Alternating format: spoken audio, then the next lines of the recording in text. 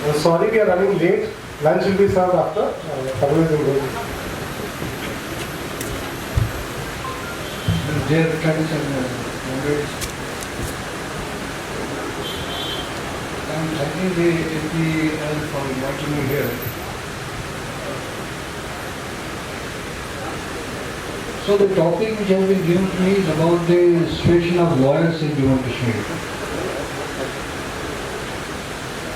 And as you know that in JNK is under conflict since 1989, and one of the professions which really, unlike the other professions there, they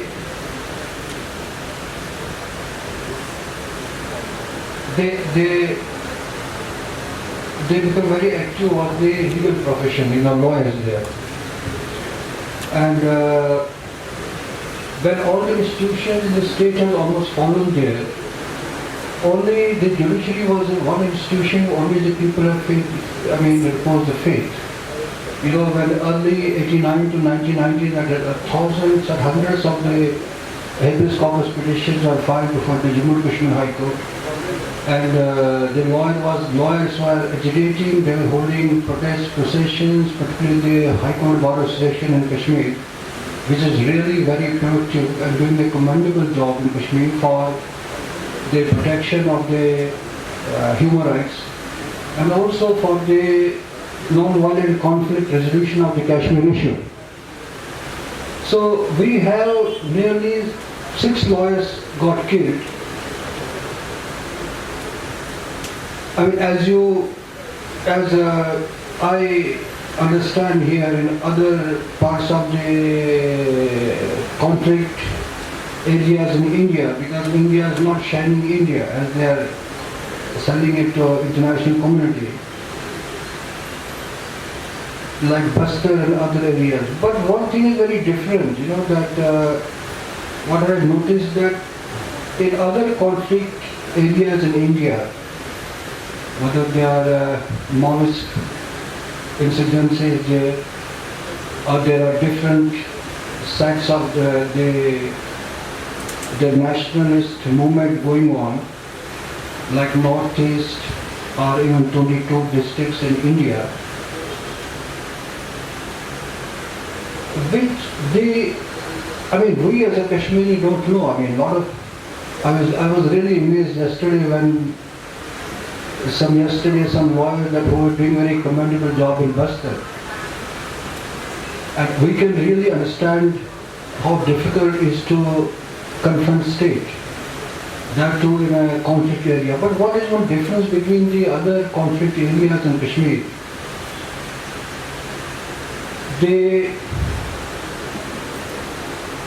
Kashmir gets attention. For whatever reasons, whether it is Pakistan is a factor or the historicity of the Kashmir, that Kashmir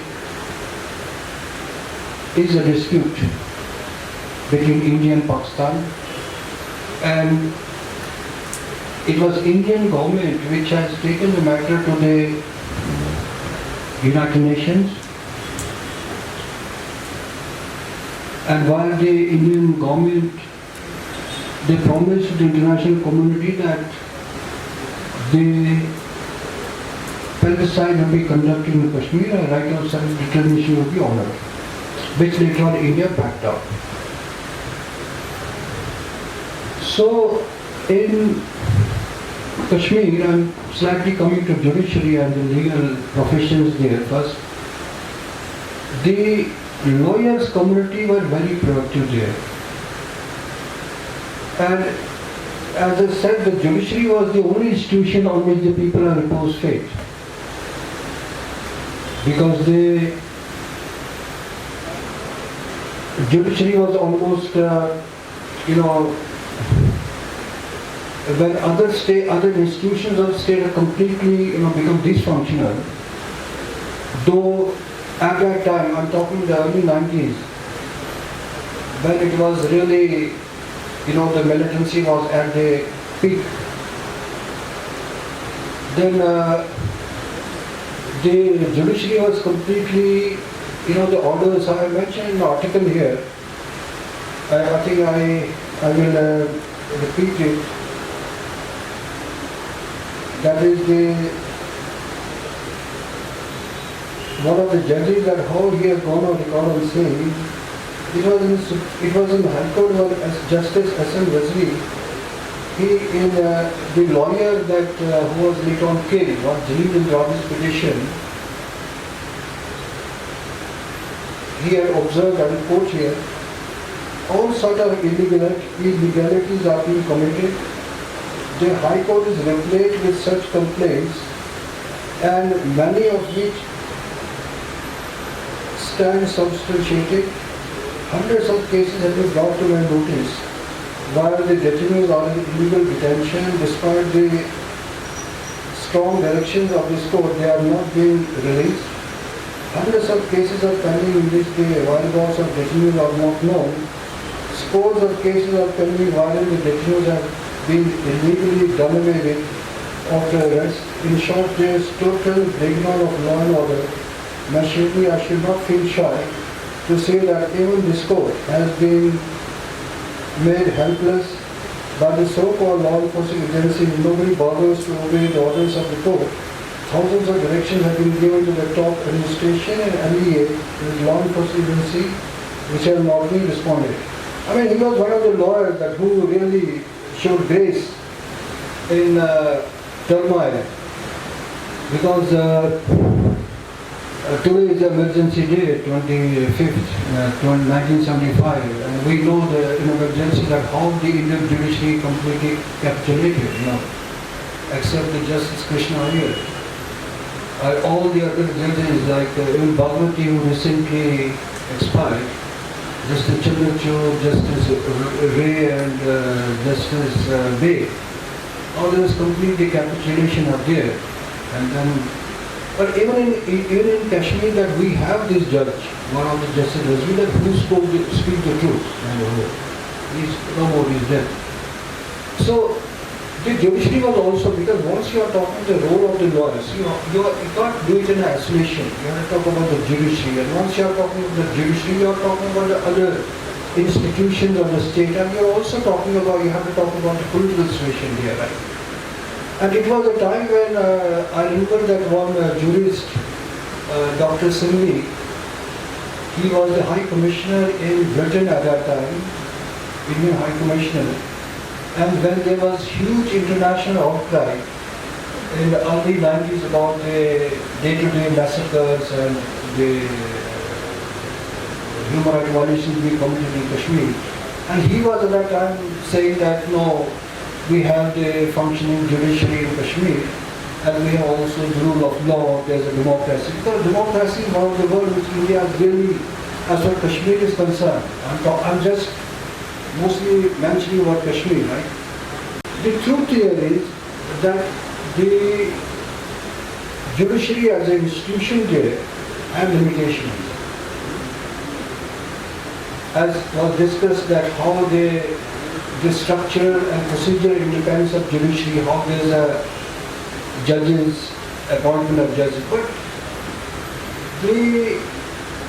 the judiciary in Kashmir, I mean, leaving aside the other matters, I'm just talking about the human rights situation. Because the judges are under the constitutional oath. They are under the constitutional oath to protect the life and liberty of the citizens, right? And the judiciary in JNK has completely capitulated.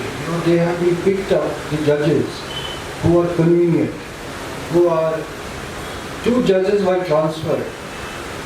One judge, Mr. Ghulam Nasky, who was sent here to Hyderabad, because he, in one of his orders in this lawyer who got killed, he ordered the special investigation team, and he was very assertive judge.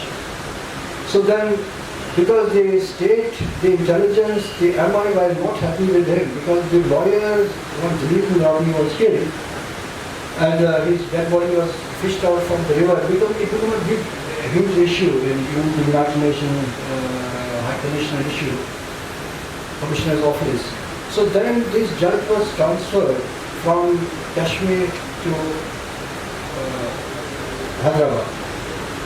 He's from Hyderabad, he was gone to Bombay, because in Hyderabad he also gave some very landmark judgment about the fake encounter cases there. He has said that if there's a fake encounter, so there has to be an FIR to be filed here, filed by the APC. So what I am telling you that in Kashmir that the judiciary is completely, so we have hundreds and hundreds of cases. The legislation where a person can be detained for, earlier it was 2 years under for the security of the state, and 1 year for the maintaining the public order. Anybody who is disturbing this, so they used to detain him for 2 years, 1 year. And but after the lawless law, a report prepared by the Amnesty International, they prepared a report and it was very critical about the Public Safety Act in Kashmir. So they made an amendment and they reduced it to 6 months and 3 months. So now they can detain any person who is threatening the security of the state for 6 months, and any guy that who is a threat to the public order for 3 months. But it's not only 6, but it is completely, it's a revolving door policy. You know that after the orders are detained, quashed by the High Court, so they keep passing them. So there are the people who are detained for 6 years, 7 years, 8 years, constantly, even notwithstanding the orders have been quashed by the High Court, by the judges. And not in a single case the judge has been, they have passed taking to task the detaining authorities. We have a district magistrate there, or the Division Commission. It's just, you keep filing petitions, and lawyers are doing it. They are doing it voluntarily, most of them. So they are very. The system of judiciary is really not able to protect the rights. Even that, it is really a serious issue also. Suppose in Kashmir, if the army, police,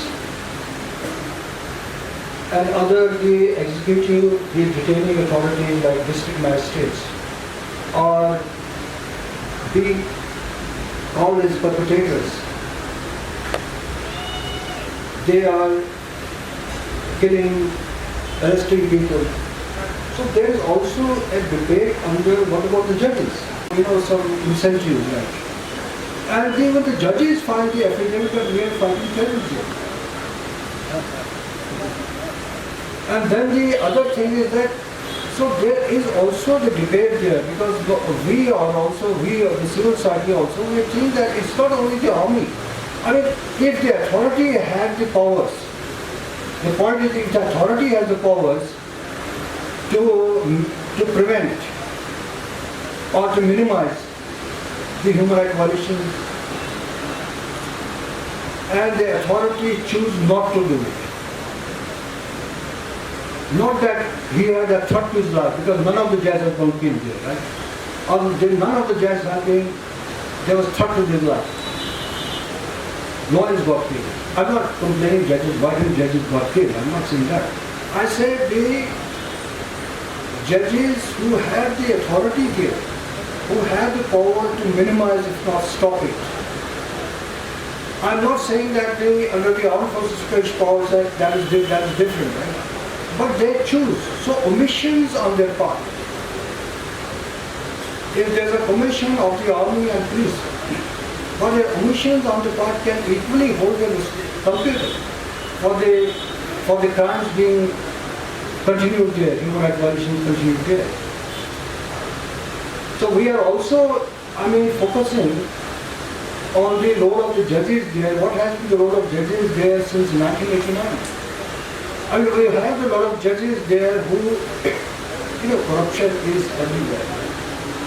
But in Kashmir, I'm telling you a different way that, the judges, there is the land which they have, it's a huge scam, and 5-6 judges are there also, who have, the land was also, allotted to them.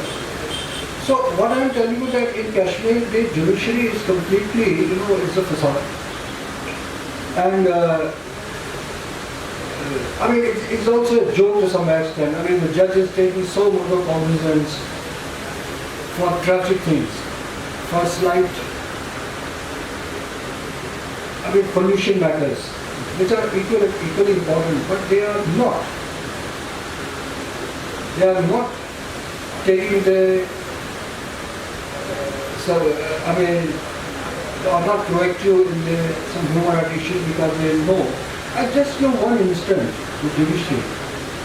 You see, most of you will be knowing the current Kashmiri matter, where in 91, more than 40 women were raped.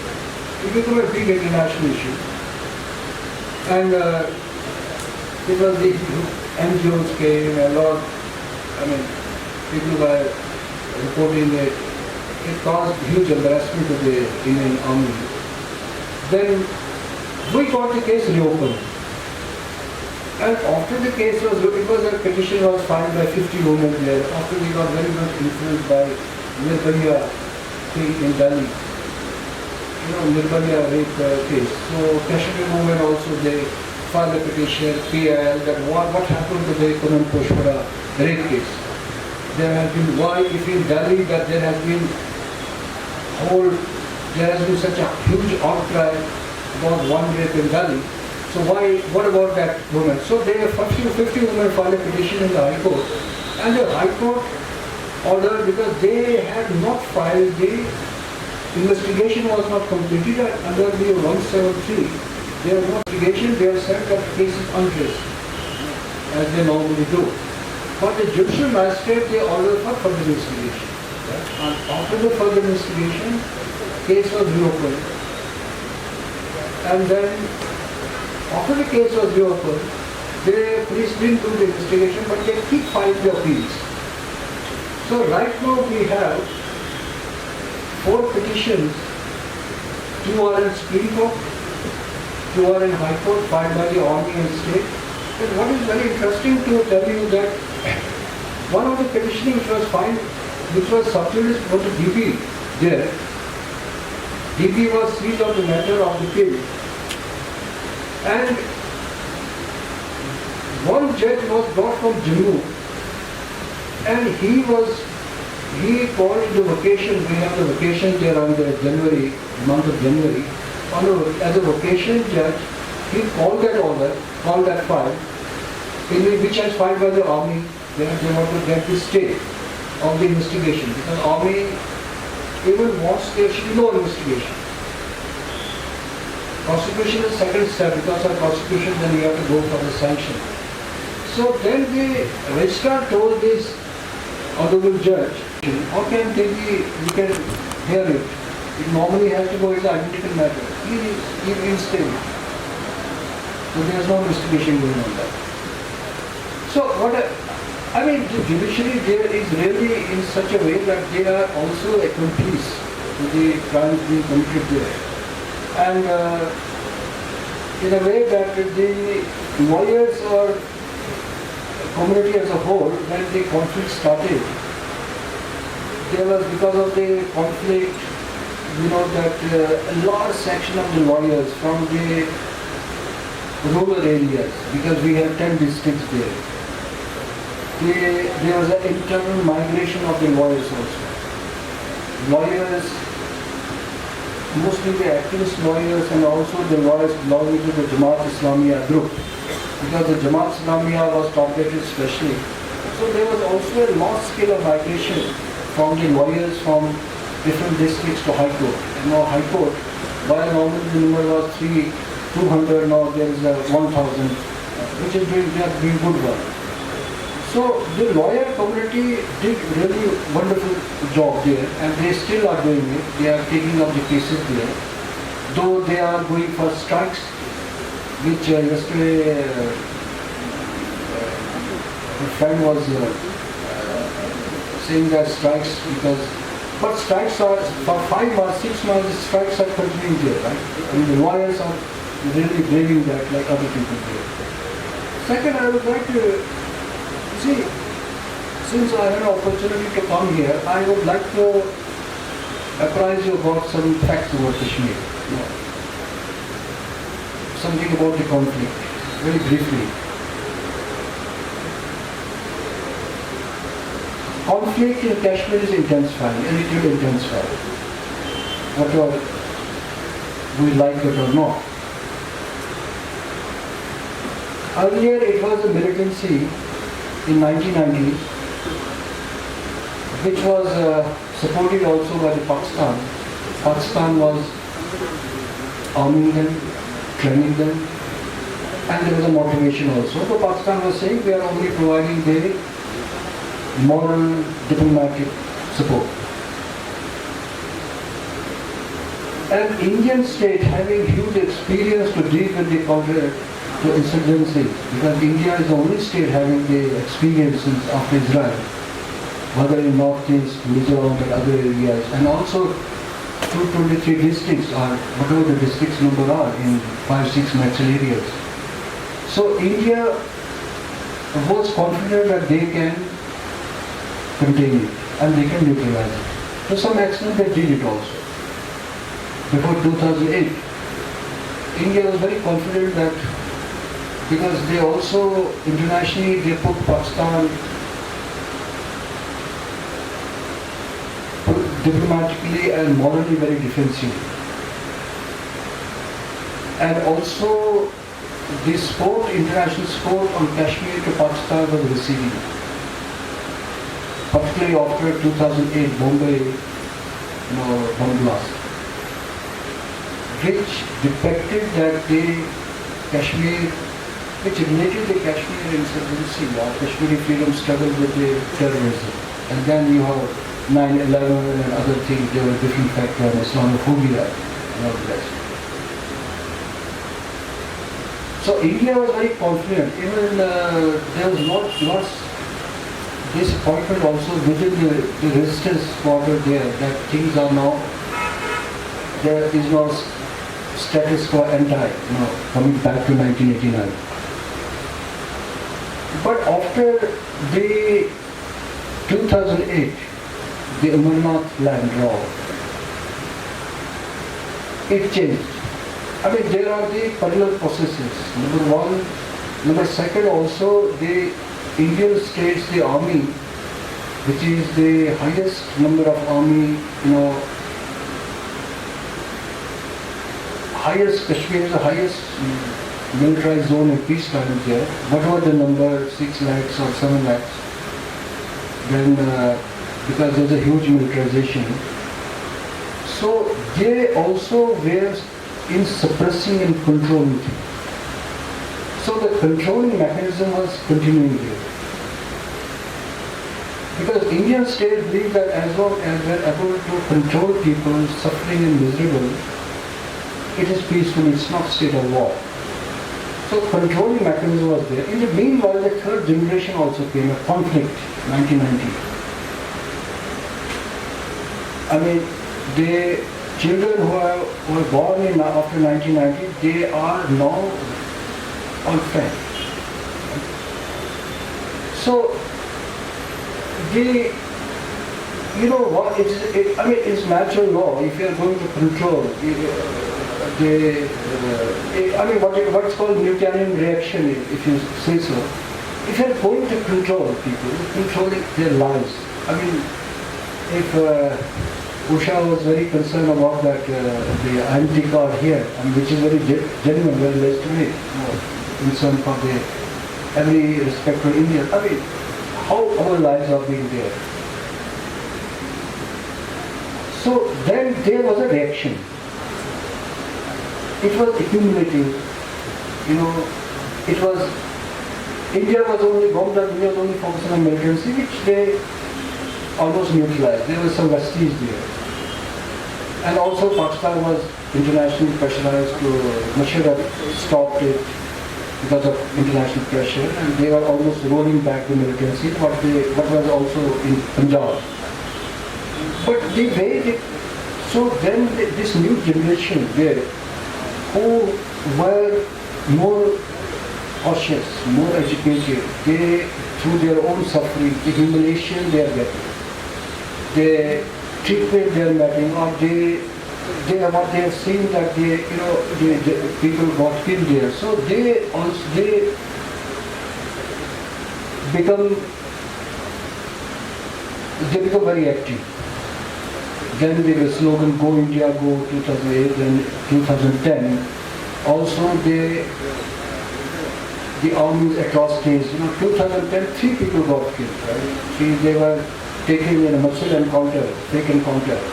And then they were killed, they say they are the foreign militants, as happened in Chhattisgarh.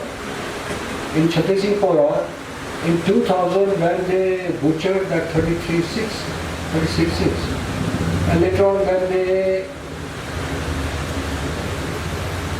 took 5 people from their homes, and they were killed in the fake encounter after a few days, and they said that they were the foreign militants. Their bodies were burnt, their bodies were mutilated, and when the villagers complained, 5 families complained that they have abducted our people, they have disappeared them, and there was also the huge protest of the people there against the abduction and disappearance, and finally they killing them in the fake encounter, on which 8 people were killed, Brakpur and so. So there were 3 incidents. One was the massacre of the 36-6. Second was that they have killed the 5 people there in a fake encounter. Third was the people protesting, on which they showered the bullets, in which the Parvez Commission was appointed judge. And Parvez Commission, the finding was really very respectable to everyone there, and I remember that Parvez Commission, one of the judges really respected by Kashmiri there.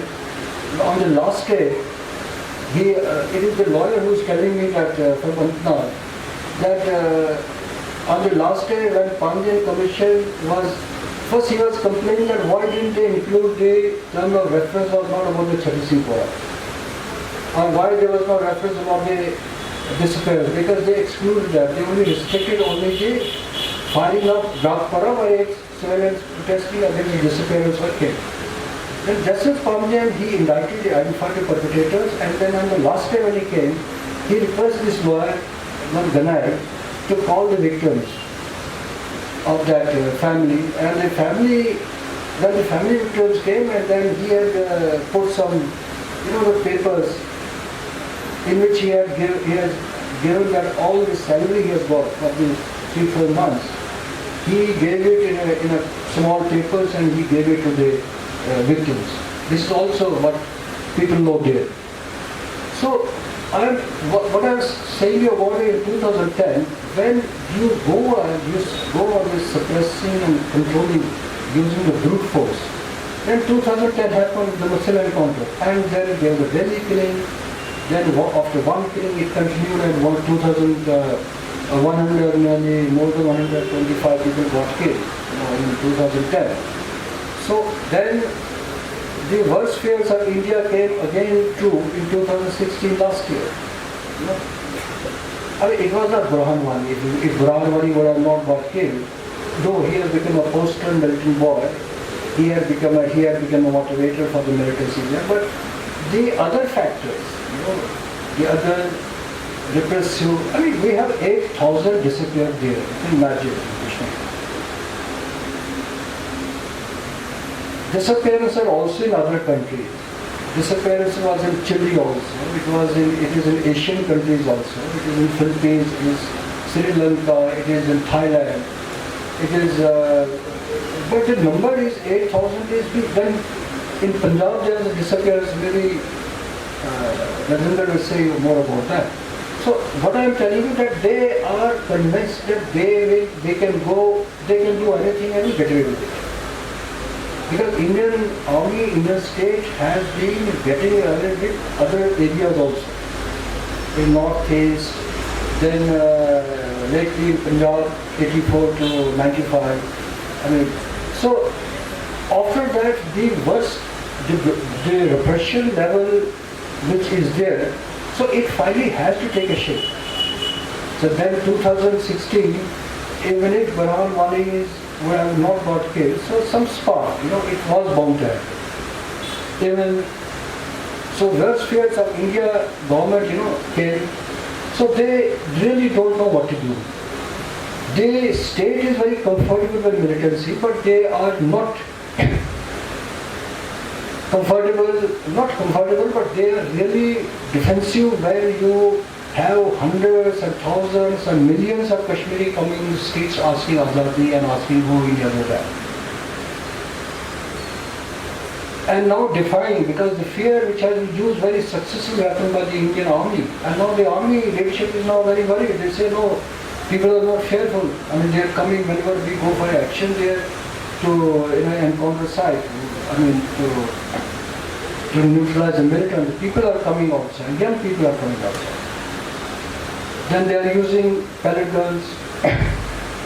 I mean, then and then the new government which has come, BJP government has come, it has added a more, by the journalist. I mean, there are multiple factors. I'll just tell you about the Indian corporate media, the news channels there. The venom they are spreading in Kashmir, against Kashmir, depicting every Kashmiri as a terrorist, ungrateful, race-throwing and blah blah. And then the leadership, on the one hand they say it's a law and order problem, and on the other hand that defense minister said it's a war zone. When that guy was defending that Commander Gogoi, that who was tied, that young villager who was ironically going to vote on that day. Not that he was protesting. On that day when there was a assembly election in Budgam area, he was going there to vote. A simple villager. And then while he coming back, that he was tied to a military bonnet, and then he was paraded for 15 miles there. And then the General Saab, he commended him on the spot. Then there was a debate within the army that it was all lie. They say that 10 lives got saved. To justify that commander, what was the message they gave to this commanding that Gogoi? It was even some army officials there who were exercising restraint. Even it was a sub-capital. Because this commandant who had tied it, and then due to the social media that it became international, and which rightly that General Panag or what's name and General Huda, they were very disturbed that for a longer time the India army has to face this, like American soldiers who got in the Vietnam War. So question is that Indian politicians, Indian army, they really don't know what to do in Kashmir. What is they can't go for final solution now like Jews, they can't afford. So there is also the contradiction between the PDP there and the BJP. Virtually the state is being run by the government. And the chief minister there is just running like a municipality. They have no powers. Because it has been always the history of India, they always are bringing people there in power that who cannot confront the state. Centers of. Even when Mehbooba Mufti, after her father died, when she took some confrontation with the state, federal government, no agenda line should be respected, and then the Indian Indian government has started to people parallel. Within our own party, they would have defected and they would have been called chief minister. This is how Indian state has been doing since 1953. So, right now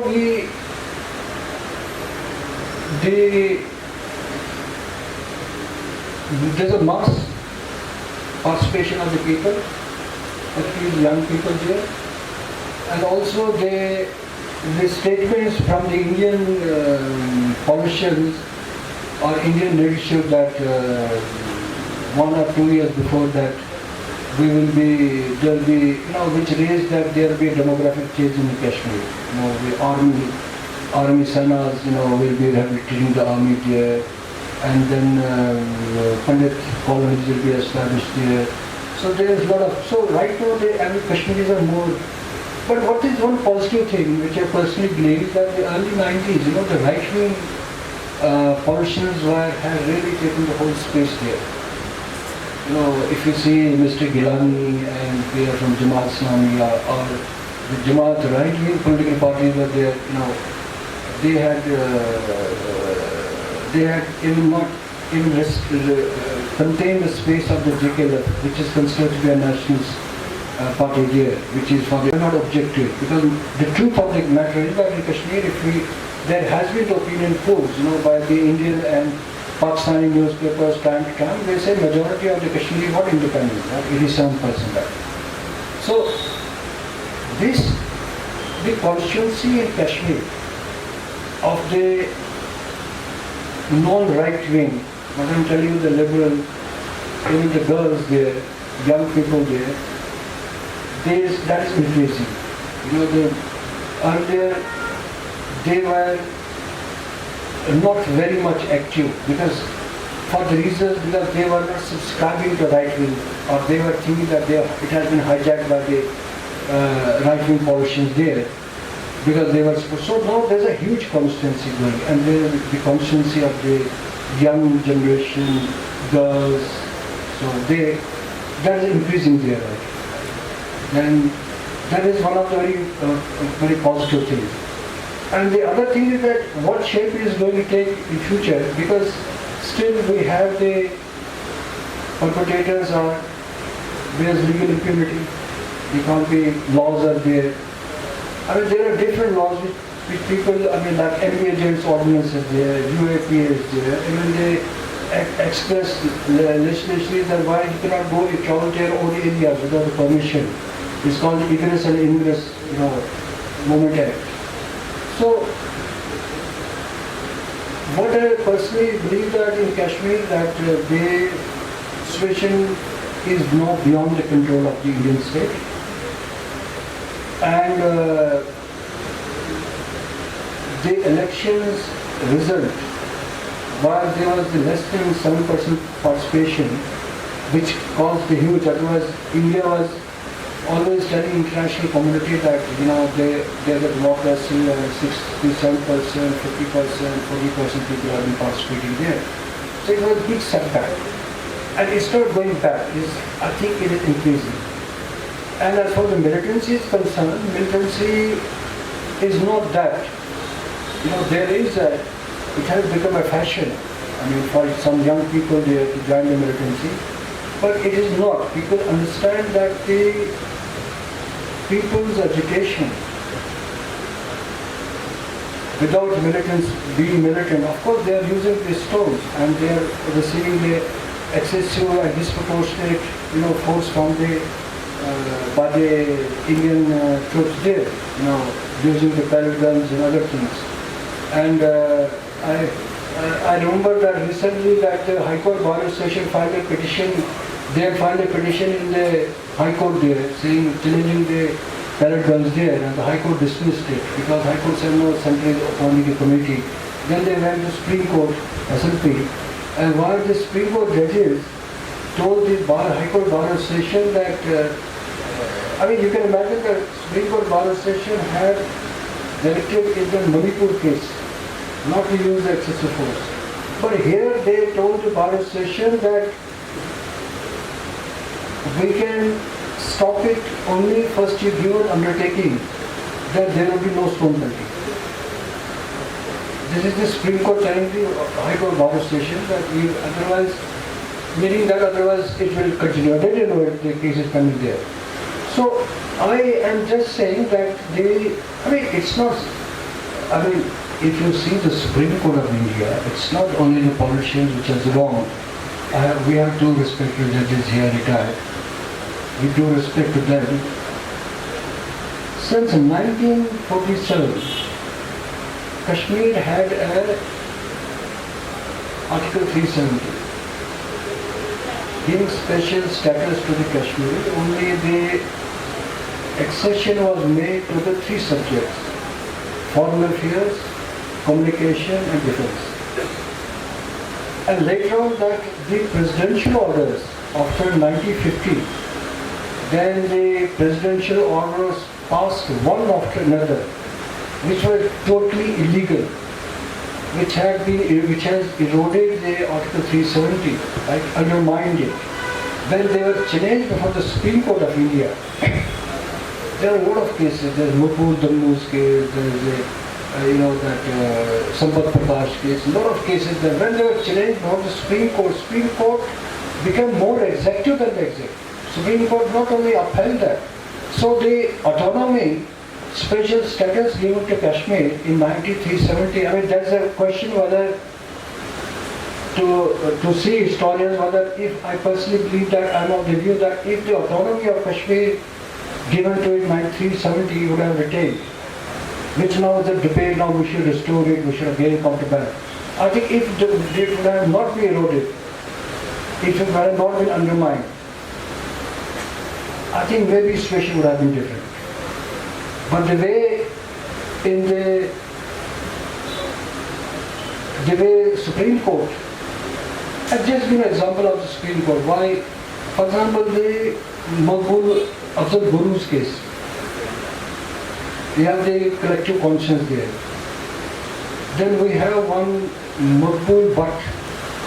Maqbul Bhatt was, what is the position of the Shaheed Bhagat Singh in India?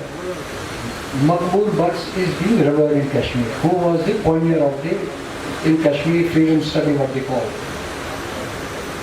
He was jailed in India, he was jailed in Pakistan, and then he started the armed resistance, like She Guevara in Bolivia. And then he was detained, he was booked under the enemy agent's ordinance, and then he was awarded the death penalty. Then one diplomat was kidnapped in London in 1984, and he was killed, Indian diplomat, by the Jekyll people, they say, though they deny. Then Indira Gandhi wanted he should be hanged, When his petition was filed by Kapil Sibal or the other lawyer was there, they said, sir, the death sentence has not been confirmed by the High Court. They got the attested copy from the High Court that death sentence has not been confirmed. And they showed it to the judge, Justice Chandrachud. And then the Attorney General came and said, no, it is a blank paper, unsealed, no signature, no seal, nothing. And the man was sent to the arrest. Then the other case is about the Patrival case, which I was telling you recently about that Chhatisipura massacre. It was the only case where the CBI, after the investigation, found that it is a fake encounter. And CBI filed the